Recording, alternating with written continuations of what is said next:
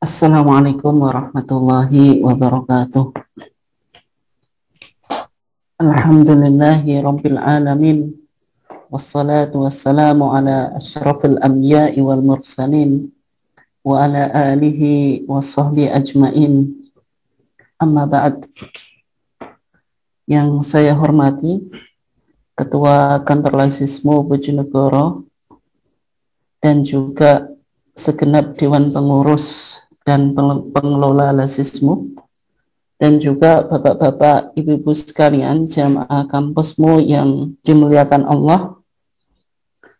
Alhamdulillah, pada kesempatan ini kita masih diberikan Allah Subhanahu wa Ta'ala nikmat yang berupa kesehatan, sehingga kita masih bisa menjalankan ibadah puasa kita sampai saat ini. Dan juga kita masih diberikan kesempatan oleh Allah Subhanahu wa Ta'ala untuk bertatap muka untuk mengikuti kajian kampusmu, yaitu kajian puasa Ramadan Laisisme. Dan insya Allah pada kesempatan ini kita sudah memasuki edisi yang, dan juga salawat serta salam semoga tetap terlimpahkan kepada uswah kita, yaitu Nabiullah Muhammad Sallallahu Alaihi Wasallam. Bapak Ibu sekalian yang dimuliakan Allah, insya Allah pada kesempatan ini kita akan melanjutkan tentang review materi kajian kampusmu. Dan ini merupakan bagian yang kedua dari review materi kajian kampusmu, yang mana materi ini merupakan ringkasan dan sekaligus pendalaman dari semua topik yang sudah pernah kita kaji dan pernah kita bahas di dalam kampusmu ini, mulai dari Ramadan yang pertama sampai saat sekarang ini.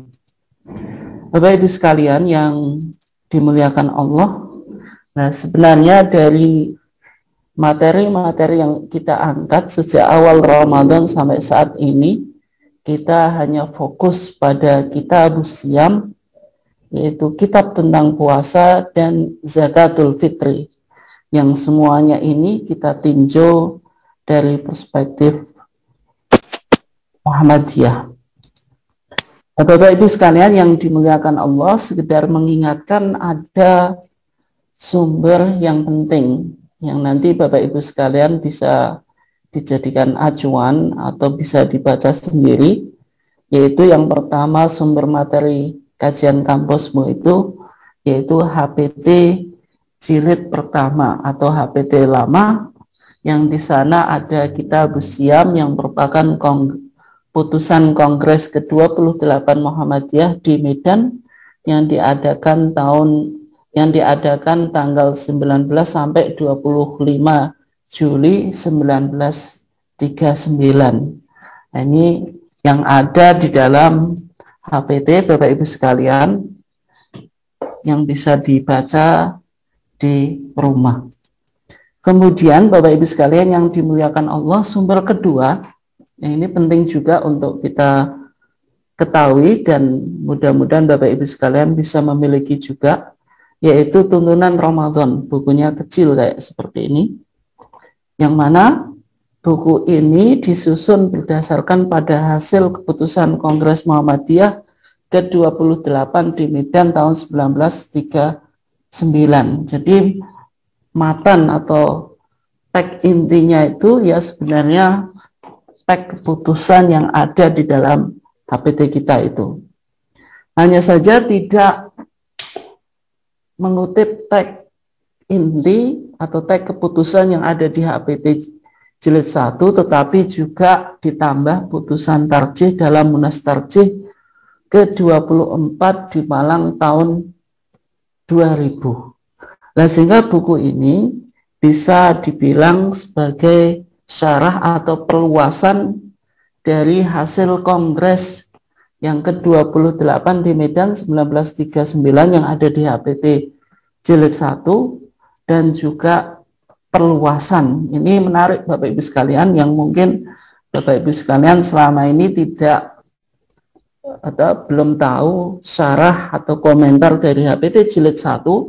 Nah, ternyata Muhammadiyah juga sudah punya, yaitu syarah dari matan teks keputusan di dalam HPT Jilid 1. Hanya saja fokus di dalam masalah puasa saja, yaitu Kitabus Shiyam yang ada di dalam HPT Jilid 1 itu disyarah, syarahnya ini, yaitu tuntunan Ramadan ini, yang diterbitkan oleh SM Suara Muhammadiyah, yang mana cetakan pertamanya itu yaitu tahun 2000. Kalau ini milik saya ini sudah cetakan yang ke-7, yaitu tahun 2018.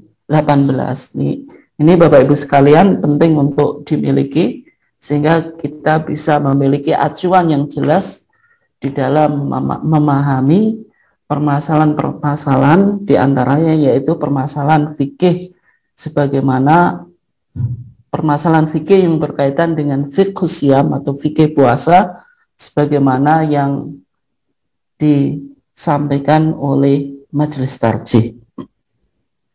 Bapak Ibu sekalian yang dimuliakan Allah, ada beberapa materi yang sudah kita bahas, dan insya Allah sekedar mereview supaya Bapak Ibu sekalian ingatannya betul-betul kuat. Nah, di sini hasil dari beberapa orang yang sudah kita bahas, yang mana mereka diperbolehkan untuk tidak menjalankan puasa. Nah, kalau kita simpulkan dari kajian yang sudah kita lakukan kemarin itu, yaitu tabelnya semacam ini. Ini kebetulan juga flyernya dari Lasismu Bojonegoro ini flyer yang cukup kreatif dan perlu kita untuk apresiasi. Yaitu misalnya di sini ada orang yang boleh meninggalkan puasa, siapa saja ini. Kemudian dia harus melakukan qadha atau melakukan fidyah. Kalau tandanya merah ini berarti tidak wajib, tapi kalau tandanya hijau kayak begini, ini artinya wajib. Ya, coba kita bahas. Yang pertama, anak kecil. Ya, anak kecil itu kalau tidak puasa berarti dia tidak dikenakan qadha dan juga tidak dikenakan fidyah, karena dia belum balik atau belum mukallaf. Karena sudah kita bahas kemarin bahwasanya yang diwajibkan menjalankan ibadah puasa itu salah satunya harus ayyakuna mukallafan. Dia harus mukallaf. Kalau mukallaf itu yang pertama dia harus balik. Nah, anak kecil karena belum menginjak usia balik, maka ketika anak kecil itu tidak puasa, maka tidak wajib mengqadha. Demikian juga Bapak Ibu sebagai orang tuanya tidak perlu untuk membayarkan fidyahnya. Ini. Nah, kemudian yang kedua, orang yang gila. Karena tadi syarat taklif itu kan ayyakuna tadi balighun wa akilan. Dia harus balik. Taklif itu atau mukallaf itu orang yang dibebani syariah atau orang yang wajib menjalankan syariah, yaitu orang yang wajib menjalankan puasa sebagaimana ya ayyuhalladzina amanu kutiba alaikumusiyam itu. Nah, yang kedua kan akilan, dia harus berakal. Berarti ada permasalahan bagi orang yang tidak berakal. Lawan orang yang tidak berakal itu orang yang gila. Nah, orang yang gila berarti ia tidak wajib menjalankan ibadah puasa. Karena dia gila. Nah, gila itu dibagi menjadi dua. Yang pertama, gila yang disengaja. Kalau gila yang disengaja, maka ia wajib mengqadha. Nah, ini ada keterbalikan ya di flyer ini. Gila yang disengaja itu wajib mengqadha. Dan tidak wajib fidyah. Kalau gilanya yang tidak disengaja, gila yang tidak disengaja, maka dia tidak wajib qadha. Ini ada keterbalikan. Maka ya, ia tidak wajib qadha, ini seharusnya merah, kemudian tidak wajib fidyah. Nah, kemudian Bapak Ibu sekalian mungkin bertanya, apa yang dimaksud dengan gila yang disengaja dengan gila yang tidak disengaja? Nah, itu apa maksudnya? Kalau gila yang tidak disengaja yaitu gila secara alami, gila yang sudah dari sononya lah, mungkin bahasa kita gitu. Nah, kalau gila yang disengaja, itu maksudnya orang yang misalnya sebenarnya dia tidak gila, tetapi misalnya minum pil koplo atau ekstasi, sehingga dalam beberapa waktu dia mengalami kesetresan. Stres tidak normal di dalam berpikir, dan sehingga dia tidak menjalankan ibadah puasa. Nah, ketika ia sudah sembuh dari gilanya yang hanya sesaat itu, maka ketika dia sudah sembuh, maka apa? Wajib mengqadai puasa yang ditinggalkan. Nah, itu contoh gila yang apa? Yang disengaja itu. Dan kemudian ada sakit yang ada harapan sembuh. Sakit yang ada harapan sembuh itu maksudnya sakit yang berpotensi untuk sembuh. Nah, ia boleh tidak berpuasa, tetapi apa? Wajib qadha dan tidak wajib apa? Fidyah. Ini. Kemudian sakit yang kedua yang membolehkan seseorang untuk tidak berpuasa itu, yang kedua sakit yang tidak ada harapan sembuh. Nah, sakit yang tidak ada harapan sembuh itu apa? Ya, misalnya orang-orang yang sudah mengalami penyakit menaun. Ada misalnya penyakit MAH yang sudah kronis atau penyakit diabetes yang sudah parah. Nah, yang mana ketika digunakan untuk menjalankan ibadah puasa dipastikan orang tersebut tidak mampu. Nah, itu maksudnya sakit yang tidak ada harapan sembuh. Nah, orang semacam itu apa? Diwajibkan membayar apa? Fidyah. Diwajibkan apa? Membayar fidyah, tetapi tidak diwajibkan membayar apa? Atau tidak diwajibkan apa? Mengqadai puasanya ini. Nah, kemudian selanjutnya orang yang sangat tua. Jadi orang yang sudah sangat sepuh atau sudah sangat tua atau sudah tua renta, maka orang yang semacam itu ketika tidak bisa menjalankan ibadah puasa, maka wajib membayar fidyah. Ia tidak wajib mengqadai. Ya jelas, karena puasa saja sudah tidak mampu, bagaimana ia mengqadainya. Itu. Ini bagi orang yang sudah sangat tua, baik laki-laki atau perempuan.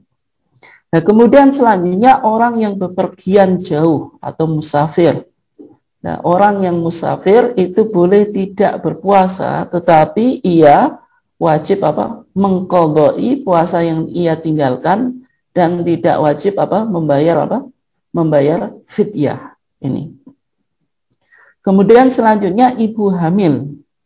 Nah, ibu hamil itu boleh tidak berpuasa, tetapi ia wajib apa? Membayar fidyah. Penting Bapak Ibu sekalian yang dimuliakan Allah, terutama bagi warga Muhammadiyah, karena di masyarakat ada fatwa-fatwa yang ibu hamil itu harus mengqadai, kemudian juga ditambah membayar fidyah, itu nanti berat. Sudah mengqadai, sudah tambah lagi apa? Membayar fidyah. Tapi kalau menurut pandangan kita, yaitu pandangan yang sesuai di dalam majelis tarjih, ibu hamil itu cukup apa? Membayar fidyah, tidak usah mengqadai.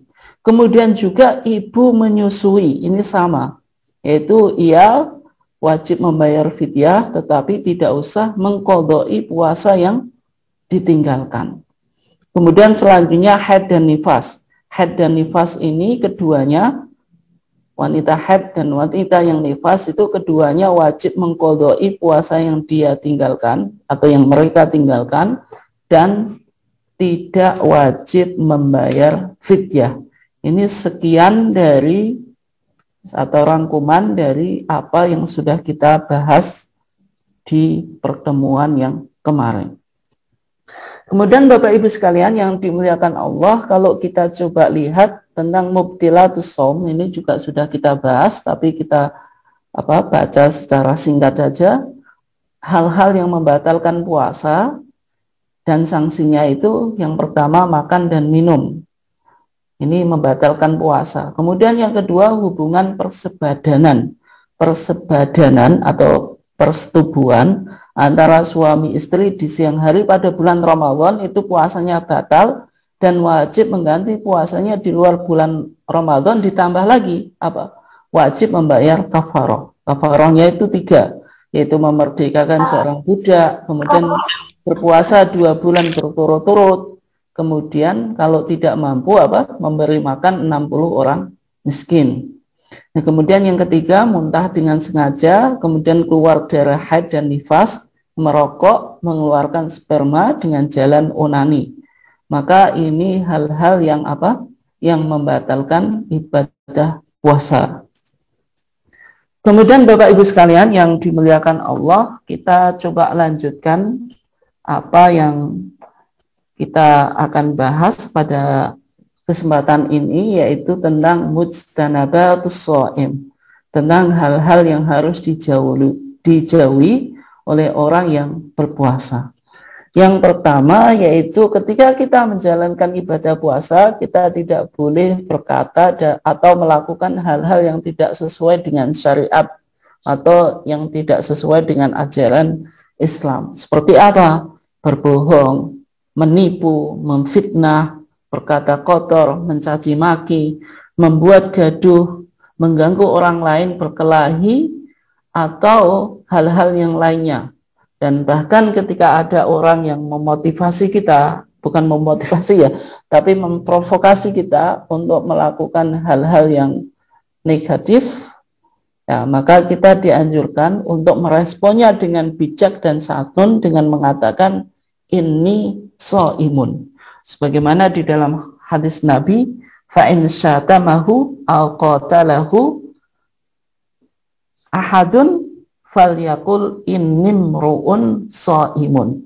Jika ada seseorang yang yang mengejeknya atau memprovokasinya atau mengajak berkelahi, falyaqul, hendaklah orang yang berpuasa tadi mengatakan inni shaimun, sesungguhnya saya lagi berpuasa. Itu respon yang diajarkan oleh Rasulullah SAW ketika kita menjalankan ibadah puasa, ketika ada provokasi dari orang lain. Dan sehingga ibadah puasa itu kan intinya bagaimana kita mengontrol emosi kita, mengontrol makan dan minum atau nafsu makan dan minum, mengontrol hubungan seksual atau nafsu seks. Maka juga kita di dalam ibadah puasa harus bisa mengontrol dari hal-hal yang menyebabkan kita emosi, menyebabkan kita melakukan tindakan-tindakan yang keluar dari kesadaran. Nah, ini penting. Nah, kemudian selanjutnya di antara hal-hal yang wajib dijauhi oleh orang yang berpuasa adalah berkumur atau istinsyak. Tetapi harus dicatat, yang tidak dianjurkan itu secara mubalaghah. Secara mubalaghah itu secara berlebih-lebihan. Tetapi kalau tidak berlebihan, jenengan ketika wudhu itu ya tetap diantara kesunahnya melakukan madmadah, berkumur-kumur, dan al-istinsyak. Istinsyak itu Istinsyak itu menyerot atau menghirup air ke hidung. Kalau madmadah itu berkumur. Nah, kenapa kok Rasulullah mengatakan wabalik fil istinsyak, dalam yang lain, dalam redaksi yang lain, wabalik fil madmadah, tapi di sana dikatakan illa antakuna shaiman, kecuali engkau sedang puasa. Nah, kenapa demikian? Karena kalau kita melakukan berkumur-kumur atau istinsyak, menghirup air ke hidung, ketika kita berwudu secara berlebih-lebihan, nah ini akan berpotensi masuk ke dalam tenggorokan kita, kemudian sampai ke apa sampai ke perut besar kita. Nanti itu bisa minum kan itu. Nah, oleh sebab itu apa? Kita ketika menjalankan ibadah puasa dalam wudhu itu tetap apa berkumur-kumur, kemudian istinsyak, hanya saja tidak usah apa dilebihkan. Kemudian yang ketiga, Bapak Ibu sekalian yang dimuliakan Allah, di antara hal-hal yang wajib dijauhi ketika kita menjalankan ibadah puasa, yaitu mencium istri di siang hari. Nah, ini sebaiknya tidak dilakukan jika tidak mampu menahan syahwat. Tetapi kalau Bapak Ibu sekalian menciumnya ya sekedar mencium, tidak berpotensi untuk menuju ke yang selanjutnya itu atau memunculkan syahwat, maka itu tidak mengapa. Karena Rasulullah SAW dalam menjalankan ibadah puasa itu, kata Aisyah, Rasulullah itu ketika puasa juga yuqabbilu wa huwa shaimun. Rasulullah itu mencium Aisyah sedang dia dalam keadaan berpuasa. Wa yubashiru, dan juga menyentuh istrinya. Tetapi dikatakan oleh Aisyah, walakinnahu kana amlakakum li'irbihi. Tetapi bisa mengontrol nafsu seksualnya itu. Nah, sehingga kalau berciuman itu tidak dengan syahwat, maka itu diperbolehkan. Ini yang, tetapi kalau dengan syahwat ya tentu lebih baik dijauhi. Nah, ini hal-hal yang harus dijauhi oleh orang yang berpuasa. Nah, kemudian Bapak Ibu sekalian yang dimuliakan Allah, ada hal-hal yang boleh dilakukan. Misalnya gosok gigi atau siwakan. Nah, ketika kita puasa itu, apakah siwakan itu tidak diperbolehkan atau makruh? Jawabannya tidak. Jadi siwakan atau gosok gigi itu boleh dilakukan waktunya kapanpun, termasuk setelah zawal. Karena sebagian pandangan ada yang mengatakan setelah zawal itu matahari di tengah kemudian geser sedikit. Nah, itu dimakruhkan melakukan siwak. Tetapi sebagaimana yang sudah pernah kita kaji panjang lebar itu, dan juga kita mencoba menjawab pandangan tersebut, intinya gosok gigi itu boleh kapanpun. Karena dalam hadis yang pernah kita sampaikan juga, ada hadis Amir ibn Rabi'ah. Kata Amir ibn Rabi'ah, saya melihat Rasulullah SAW itu yastaku wa huwa shaimun ma la uqsi au a'uddu. Saya pernah melihat Rasulullah itu gosok gigi. Dan gosok gigi yang dilakukan oleh Rasulullah itu sangat banyak ketika dia puasa. Nah, sehingga gosok gigi itu tidak mengurangi pahala dan bahkan juga tidak membatalkan ibadah puasa kita. Nah, kemudian yang dibolehkan juga yaitu mandi karena kepanasan.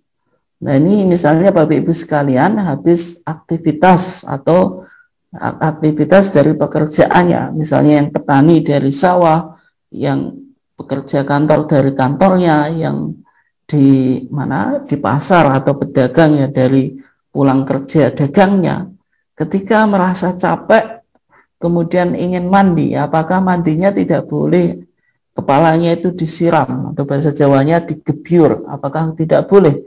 Ya boleh, karena ketika Rasulullah SAW itu puasa, Rasulullah itu yasubbul ma'a ala ra'sihi minal harmi. Rasulullah itu menuangkan air di kepalanya minal hari, sebab kepanasan. Dan mandi ini sebagai sebagai media yang sangat efektif untuk menghilangkan kelelahan kita di dalam menjalankan ibadah puasa. Ya, sehingga Bapak Ibu sekalian kalau capek puasa kemudian mandi, yaitu tidak mengapa dan juga tidak mengurangi pahala ibadah puasa kita. Jadi menggosok gigi kemudian mandi karena kepanasan ini boleh dilakukan ketika kita menjalankan ibadah puasa. Nah, kemudian selanjutnya Bapak Ibu sekalian yang dimuliakan Allah, ada dua hal yang sangat dianjurkan ketika kita menjalankan ibadah puasa, yaitu sahur dan berbuka. Hanya saja sahur ini dianjurkan agar melambatkan atau mengakhirkan makan sahurnya. Sebagaimana yang sudah pernah kita bahas, bahwasanya jarak antara sholat subuhnya Rasulullah dengan makan sahurnya itu kira-kira berapa kemarin? Kira-kira kadar seseorang melakukan atau membaca Al-Quran khamsina ayatan, 50 ayat. Jadi Rasulullah itu makan sahur, kemudian selesai makan sahurnya Rasulullah dengan salat subuh, itu kira-kira sebagaimana kadar seseorang membaca Al-Quran 50 ayat. Nah, sehingga dari sini muncul istilah imsakiyah, ini sudah pernah kita bahas. Nah, hukum imsak itu apa? Nah, imsak itu sebenarnya ya cuma kalau dalam fatwa tarjih dijelaskan seperti traffic light, yaitu lampu kuning di dalam lampu lalu lintas itu. Sehingga kita makan itu boleh-boleh saja, hanya saja ketika sudah imsak itu diharapkan kita sudah selesai semuanya. Ya, itu. Sehingga dalam pandangan tarjih imsak itu ya tidak dianggap bid'ah, tetapi bukan akhir dari makan sahur. Ya, sehingga ketika imsak apakah masih boleh makan? Ya kalau keringan ya tetap makan sahur itu. Tetapi dianjurkan kalau sudah imsak itu kira-kira kita sudah sudah siap untuk menjalankan ibadah puasa itu. Nah, sehingga kesunahannya sahur itu dianjurkan untuk mengakhirkannya. Kemudian yang berikutnya yaitu berbuka. Ini kebalikannya dari sahur. Kalau sahur itu dianjurkan untuk mengakhirkan makan sahur. Tapi kalau berbuka dianjurkan untuk menyegerakan. Jadi Bapak Ibu sekalian, kalau sudah dengar azan itu sebisa mungkin cepat-cepat membatalkan puasanya. Jangan sampai saya masih kuat puasa kok. Nanti saja bukanya. Justru semacam itu tidak sesuai dengan sunnah. Yang sesuai dengan sunnah ketika sudah kita mendengar azan atau matahari sudah terbenam, kita sebisa mungkin cepat-cepat untuk membatalkan ibadah puasa kita. Nah, ketika berbuka itu disunahkan berbuka dengan kurma. Ini jika ada, kalau tidak dengan air. Nah, bagaimana kalau negeri-negeri yang tidak ada kurma? Misalnya di Indonesia ini kan termasuk negara yang salah satu hasil pertaniannya tidak ada kurma. Nah, dalam pandangan tarjih di negara-negara yang tidak ada kurma itu boleh berbuka dengan buah-buahan atau sesuatu yang manis. Misalnya di Indonesia kita punya minuman yang khas yaitu kolak. Nah, kolak itu manis, kemudian isinya juga sudah ada buah-buahnya, ada pisang, ada ada ketela, ya tergantung kolaknya. Itu juga boleh. Nah, ini Bapak Ibu sekalian. Kemudian selanjutnya doa ketika kita baca saat berbuka. Tapi doa ini dibaca setelah, ini Bapak Ibu sekalian yang dimuliakan Allah. Jadi doa ini dibaca setelah berbuka puasa, bukan sebelum berbuka puasa. Doanya bagaimana? Zabat dhama'u wabtalatil uruqu wa thabatal ajru insyaallah. Ini yang diputuskan oleh majelis tarjih, meskipun di masyarakat ada doa yang cukup populer itu Allahumma laka sumtu wa bika amantu wa ala rizkika aftartu dan seterusnya. Karena hadisnya tidak begitu kuat, maka tarjih menggunakan hadis yang kuat dan sahih, yaitu dhahabat dhama'u wa btalatil uruqu wa thabatal ajru insyaallah. Jadi doanya ini dibaca setelah berbuka, bukan sebelum berbuka sebagaimana di masyarakat. Karena kalau kita lihat redaksi doanya saja atau maknanya, dhahaba telah hilang adh-dhama'u, dahaga, wabtalat dan telah basah al-uruku, urat-urat. Ini kan berarti doa ini dibaca setelah kita setelah kita berbuka. Nah, bagaimana kok dikatakan telah hilang dahaga? Urat-urat ini telah basah. Ini menunjukkan bahwasanya doanya itu dibaca setelah berbuka, bukan sebelum berbuka. Ini penting untuk kita coba pahami. Nah, kemudian Bapak Ibu sekalian yang dimuliakan Allah, selanjutnya di dalam HPT atau Himpunan Putusan Tarjih kita di dalam kitab Siam itu yang terakhir berbicara tentang fadhailul a'mal. Amalan-amalan yang dianjurkan selama berpuasa. Mungkin yang menjadi kaget Bapak Ibu sekalian. Di Muhammadiyah apakah ada fadhailul a'mal? Nah, ini yang populer di masyarakat kan orang Muhammadiyah itu seolah-olah anti berbicara tentang fadhailul a'mal. Fadhailul a'mal itu keutamaan-keutamaan amal. Biasanya di masyarakat itu yang berbicara fadhailul a'mal itu biasanya bukan orang Muhammadiyah. Nah, yang menarik ternyata di HPT kita itu ada judul yang namanya fadhailul a'mal. Amalan-amalan yang utama. Tetapi amalan yang utama ini yang nanti disebutkan ada 4, semuanya ini didasarkan pada hadis-hadis yang atau sunnah makbulah. Sunnah makbulah itu hadis-hadis yang sahih atau hadis-hadis yang hasan. Dan Muhammadiyah perlu dicatat meskipun konteksnya itu fadhailul a'mal, maka tidak pernah menggunakan hadis-hadis dhaif. Tidak. Masyarakat itu kalau fadhailul a'mal itu biasanya lebih longgar. Hadis-hadisnya dhaif tidak mengapa. Tapi kalau dalam pemahaman Muhammadiyah, fadhailul a'mal itu tetap hadisnya ya minimal hasan. Tidak boleh hadis yang dhaif gitu. Nah, ada beberapa fadhailul a'mal yang disebutkan yang penting untuk kita lakukan ketika kita menjalankan ibadah puasa. Idza kana Ramadan fa'aktsir minas shadaqat. Apabila kita berada di bulan Ramadan maka apa? Disuruh memperbanyak sedekah. Wa mudarasatil Quran. Yang kedua disuruh untuk tadarus Al-Quran.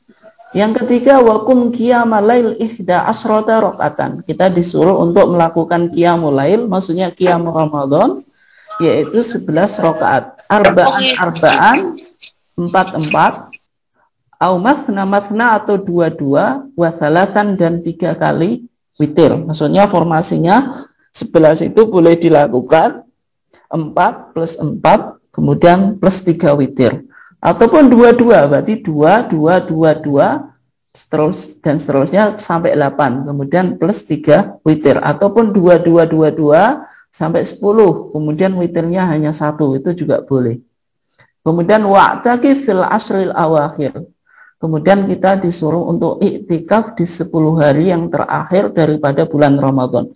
Jadi 4 amalan yang diistilahkan oleh tarjih sebagai fadhailul a'mal ini perlu dicatat semuanya hadisnya sahih, minimal hasan. Jadi dalam pandangan Muhammadiyah sampai sekarang belum bisa menerima hadis-hadis dhaif di dalam fadhailul a'mal. Nah, sehingga fadhailul a'mal yang khas Muhammadiyah di sini ya semuanya didasarkan pada sunnah makbulah, yaitu hadis yang sahih dan hadis yang hasan, minimal hadis hasan. Nah, kemudian Bapak Ibu sekalian yang dimuliakan Allah, kalau kita coba bahas secara singkat, yang pertama dikatakan fa'akfir minas shadaqah. Kita dianjurkan untuk memperbanyak sedekah di dalam bulan Ramadan ini. Yang kalau kita lihat, sedekah itu apa? Nah, sedekah itu kullu ma'rufin shadaqah. Setiap sesuatu yang baik itu bisa dikategorikan sebagai sedekah. Nah, sehingga sedekah itu materinya tidak harus berupa materi, maksudnya materi sedekah, hal yang bisa disedekah bisa berupa materi maupun non materi. Ini misalnya kalau materi ya berupa uang, kemudian berupa pakaian, berupa makanan, itu maksudnya sedekah yang berupa materi. Kemudian yang non materi, semua kebaikan yang Bapak Ibu sekalian lakukan itu termasuk sedekah. Bahkan senyum pun kita baik kepada saudara kita, ketemu orang itu senyum, tidak memunculkan muka-muka yang penuh emosi, itu juga dianggap sedekah karena Nabi mengatakan tabassumuka fi wajhi akhika apa? Shadaqah. Senyummu di depan saudara-saudaramu yang muslim itu apa? Sedekah. Nah, kemudian Bapak Ibu sekalian yang dimuliakan Allah, yang penting untuk dicatat di sini termasuk kategori sedekah adalah memberikan sedekah atau memberi makan kepada orang yang berpuasa. Ini pahalanya cukup besar. Nah, sehingga dalam hadisnya digambarkan man fattara sha'iman kana lahu mithlu ajrihi. Barang siapa yang memberi iftar, memberi takjil bahasa kita, orang yang berpuasa kana lahu mithlu ajrihi. Maka pahalanya sebagaimana orang yang menjalankan ibadah puasa tersebut. Nah, apakah pahala orang yang berpuasa itu pahalanya diambil karena kita kasih apa? Makan atau kasih buka. Di sana dikatakan ghairu annahu la yanqusu min ajri shaimi syai'an.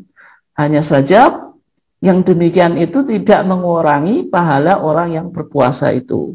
Nah, ini penting untuk kita lakukan sebisa mungkin Bapak Ibu yang memiliki kelapangan untuk mencoba memberikan makan saudara-saudara kita yang lagi berpuasa tadi, sehingga digambarkan kana lahu mithlu ajrihi, bahwasanya orang yang memberi makan orang yang berpuasa itu mendapatkan pahala mithlu ajrihi, sebagaimana pahala orang yang berpuasa tersebut.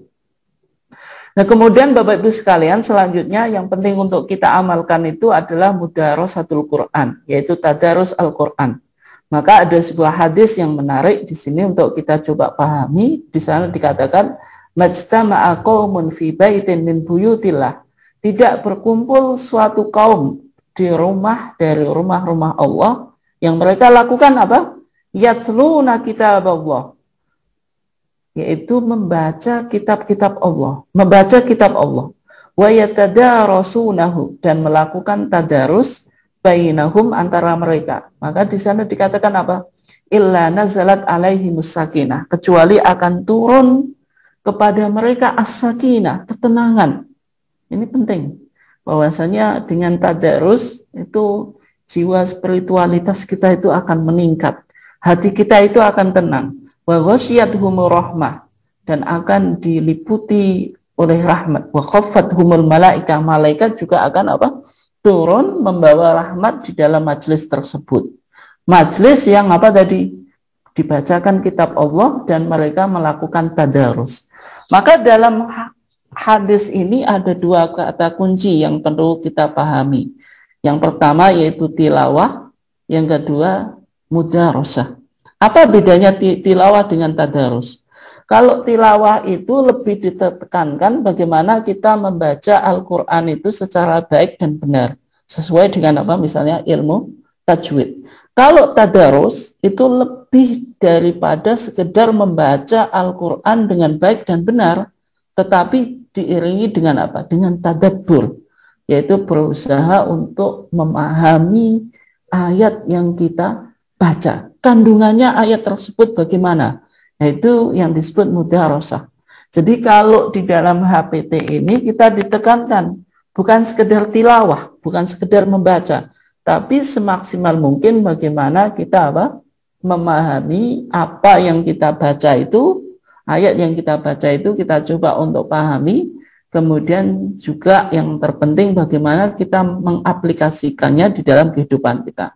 Nah, sehingga dalam bulan Ramadan ini seharusnya kita di dalam berinteraksi dengan Al-Quran itu kita agendakan dua program. Yang pertama tilawah lafdhiyah, yaitu tilawah secara lafadz. Nah, ini bagi orang yang baru bisa membaca Al-Quran atau belum lancar. Kalau Bapak Ibu sekalian baca Al-Quran masih belum lancar, ya ditekankan pada tilawah lafdhiyah. Bagaimana mengulang-ulang bacaan Al-Quran sehingga betul-betul baik bacaannya dan sesuai dengan tajwid. Yang kedua, bagi orang yang sudah lancar membaca, maka harus ditingkatkan, jangan sampai masih tilawah lafdhiyah saja, tetapi harus tilawah hukmiyah atau melakukan tadarus, yaitu membacanya dan juga mencoba memahami apa yang dibaca. dikaji, dipelajari, kemudian yang terakhir diimplementasikan di dalam kehidupan kita. Demikian Bapak Ibu sekalian yang dimuliakan Allah. Untuk selanjutnya saya serahkan ke Pak Budi.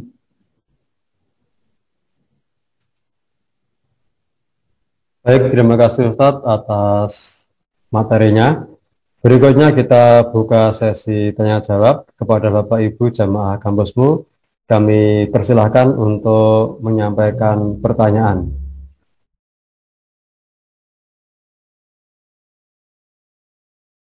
Monggo silakan diaktifkan terlebih dahulu untuk mic-nya.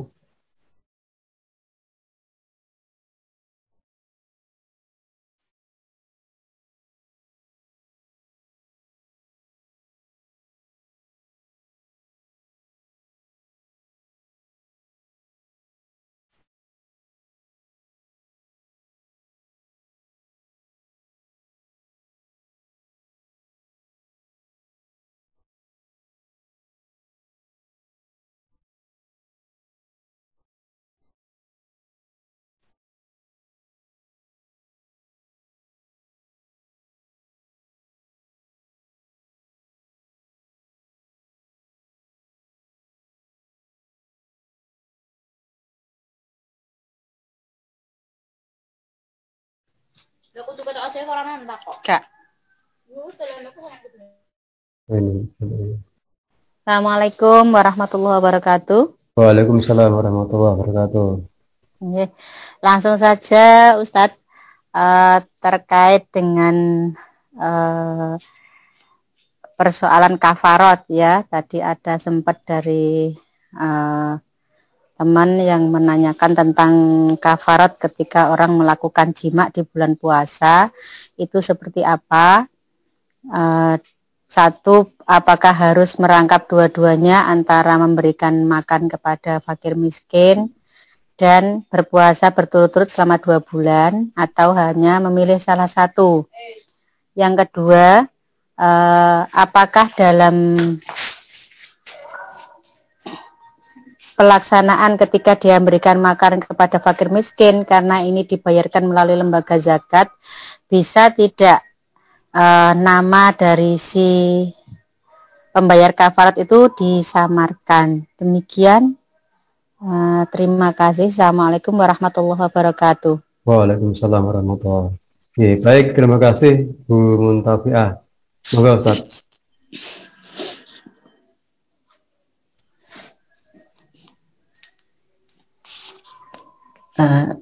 Ya, terima kasih atas pertanyaannya. Yang pertanyaan cukup menarik untuk kita coba pahami.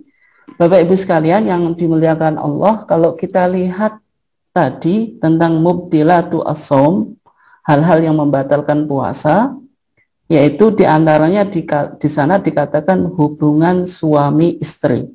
Jadi hubungan seksual suami istri yang dilakukan di siang hari pada bulan Ramadan itu bisa membatalkan ibadah puasa kita. Nah, tidak hanya membatalkan ibadah puasa, tetapi orang yang melakukan hubungan suami istri tadi, yaitu wajib mengganti puasanya di luar bulan Ramadan, yaitu hari yang mana ia melakukan hubungan suami istri tadi. Nah, tidak hanya wajib mengqadha, tetapi juga wajib membayar kafarah. Kafarah itu berupa denda. Dendanya apa? Di sini dijelaskan. Yang pertama, memerdekakan seorang. Tapi dalam konteks sekarang budak ini sudah tidak ada, sehingga opsi ini ya sudah tidak ada. Kemudian yang kedua, berpuasa 2 bulan berturut-turut. Puasa 2 bulan berturut-turut itu maksudnya apa? Tasyahraini mutatabi'ain, yaitu ya selama 2 bulan itu berarti dia harus menjalankan puasa, tidak boleh harinya itu dipisah. Misalnya ada 1 hari yang ia tidak menjalankan ibadah puasa. Nah, sehingga kalau mau menjalankan puasa 2 bulan berturut-turut, ini kalau misalnya bayarnya bulan Syawal ini belum bisa, karena Syawal tanggal 1 Syawal kita Idul Fitri.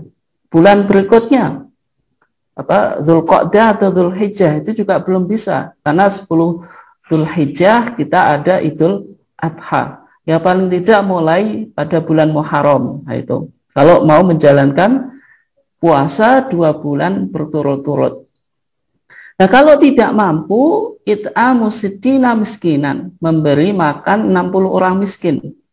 Nah, memberi makan 60 orang miskin ini kadarnya berapa? Yaitu 1 mud atau kurang lebih 6 ons. Makanan pokok ini bisa makanan pokok atau sebagaimana yang dalam fidyah tadi yang sudah kita pernah bahas, bisa makanan pokok berarti berupa beras misalnya ya kurang lebih 6 ons itu atau lebih. Kemudian juga bisa makanan yang sudah siap saji ya, berarti ada nasi, ada lauk pauk, ada sayuran, ada minuman, ya standar makanan yang ada di daerahnya itu setiap orang. Atau bisa dikonversikan dalam nominal uang, misalnya dibayarkan ke lasismu itu. Nah, kalau kita lihat ini seolah-olah kalau tidak mampu, ini kan menunjukkan ada hierarki, dalam artian harus dimulai dari awal. Ya, karena memang hadis yang dikutip di dalam HPT, ya, ketika ada laki-laki yang datang kepada Nabi itu, ija'ahu rajulun, yang mengatakan halaktu ya Rasulullah, saya telah celaka.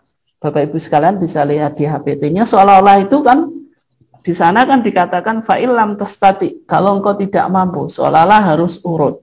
Tetapi yang perlu diperhatikan, misalnya di tuntunan Ramadan yang dikeluarkan oleh MTT, di sana selain melihat dari hadis yang disebutkan di dalam HPT, dan juga ada hadis yang lain sama-sama riwayat Abu Hurairah. Di sana dikatakan fa'amarahu Rasulullah sallallahu alaihi wasallam ayyukaffira bi'idki raqabatin aw siyami syahraini mutatabi'ain aw it'ami sittina miskinan. Yang intinya di redaksi ini menggunakan kata penghubung atau conjunction atau konjungsi au. Au itu artinya atau, maksudnya litakhyir, menunjukkan ini opsional. Opsional itu pilihan. Artinya kalau melihat redaksi Abu Hurairah yang lain, itu Rasulullah menggunakan au. Jadi bisa dipilih, tidak harus puasa dulu. Tapi kalau langsung memilih memberi makan 60 orang miskin itu boleh. Dan ini Bapak Ibu sekalian boleh memilih mana yang lebih kuat. Mungkin bagi orang yang ekonominya agak susah ya puasa ini. Kalau yang ekonominya mampu memberi makan 60 orang miskin, dan ini dimensinya lebih sosial. Kalau puasa ini kan untuk diri kita sendiri, tapi kalau memberi 60 orang miskin ini dimensinya lebih sosial. Kita di samping menebus dosa dan juga bisa memberi santunan kepada orang miskin. Nah, ini yang misalnya dipilih oleh Syekh Yusuf Al-Qaradawi di dalam kitabnya Fiqhus Syam. Karena kalau memberi 60 orang miskin ini dimensinya lebih dimensi sosial. Nah, kemudian kembali ke tadi, meskipun ini ya kembali ke opsi tadi, boleh dipilih antara duanya. Tapi kalau ingin melihat sisi dimensi sosialnya, ya tentu lebih baik memberi makan 60 orang miskin. Yang kedua tadi pertanyaannya, apakah itu dibebankan laki-laki atau perempuan gitu? Kalau menurut mazhab Maliki itu dibebankan kepada laki-laki dan perempuan. Nah, kenapa? Karena wanita itu dikiaskan kepada laki-laki, meskipun dalam hadis tadi yang tanyakan ija'ahu rajulun, ada seorang laki-laki yang datang kepada Rasulullah. Diceritakan itu Rasulullah itu hanya berbicara pada si laki-laki, tidak pernah dibicarakan wanitanya. Tetapi dalam mazhab Maliki, meskipun wanita tidak disebut, wanita ini disamakan hukumnya dengan laki-laki. Ini menurut mazhab Malikiyah. Tapi kalau menurut mazhab Syafi'iyah dipahami, yang pertama makna dhahir, makna yang kita pahami dari hadis tersebut, Rasulullah hanya berbicara tentang laki-laki. Dan pasti Rasulullah tahu kalau namanya hubungan suami istri itu ya pasti melibatkan laki-laki dan perempuan. Tapi kok kenapa Rasulullah tidak menjelaskan kafarah kepada wanitanya? Tidak disinggung kafarah kepada wanita, berarti menunjukkan kafarah ini khusus bagi laki-laki. Yang kedua, kafarah ini kan dari 3 ini, memerdekakan seorang budak, berpuasa, memberi makan 60 orang miskin. Ini kan ada 2 yang sifatnya itu material, melibatkan uang. Memerdekakan seorang budak ini harus menggunakan uang. Memberi makan 60 orang miskin ini uang. Berarti kalau kafarahnya maliyah, denda yang berupa harta, itu dalam Islam itu biasanya hanya dibebankan laki-laki. Ya, dalam syariat kita, misalnya laki-laki ingin menikahi wanita, ada mahar. Mahar itu dibebankan laki-laki. Seorang suami harus memberikan nafkah kepada istrinya. Ini yang wajibkan suaminya. Nah, karena ini berkaitan dengan kafarah maliyah, ya berarti khusus dibebankan kepada laki-lakinya. Nah, kemudian dari 2 pendapat tadi, ada pendapat Malikiyah, ada pendapat Syafi'iyah. Kalau Malikiyah dua-duanya sama-sama menikmati, kok kafarahnya hanya 1, kan nggak adil logikanya. Kalau Syafi'iyah, nah ini persoalan uang. Kalau persoalan uang atau persoalan materi, memerdekakan seorang budak, memberi makan 60 orang miskin, ini persoalan nafkah atau uang. Maka ini hanya dibebankan kepada laki-laki. Nah, dari 2 pandangan ini, tarjih lebih Syafi'iyah yang mengatakan kafarah ini hanya dibebankan kepada laki-laki. Karena sudah azan, kita coba lanjutkan besok, mohon maaf. Ya.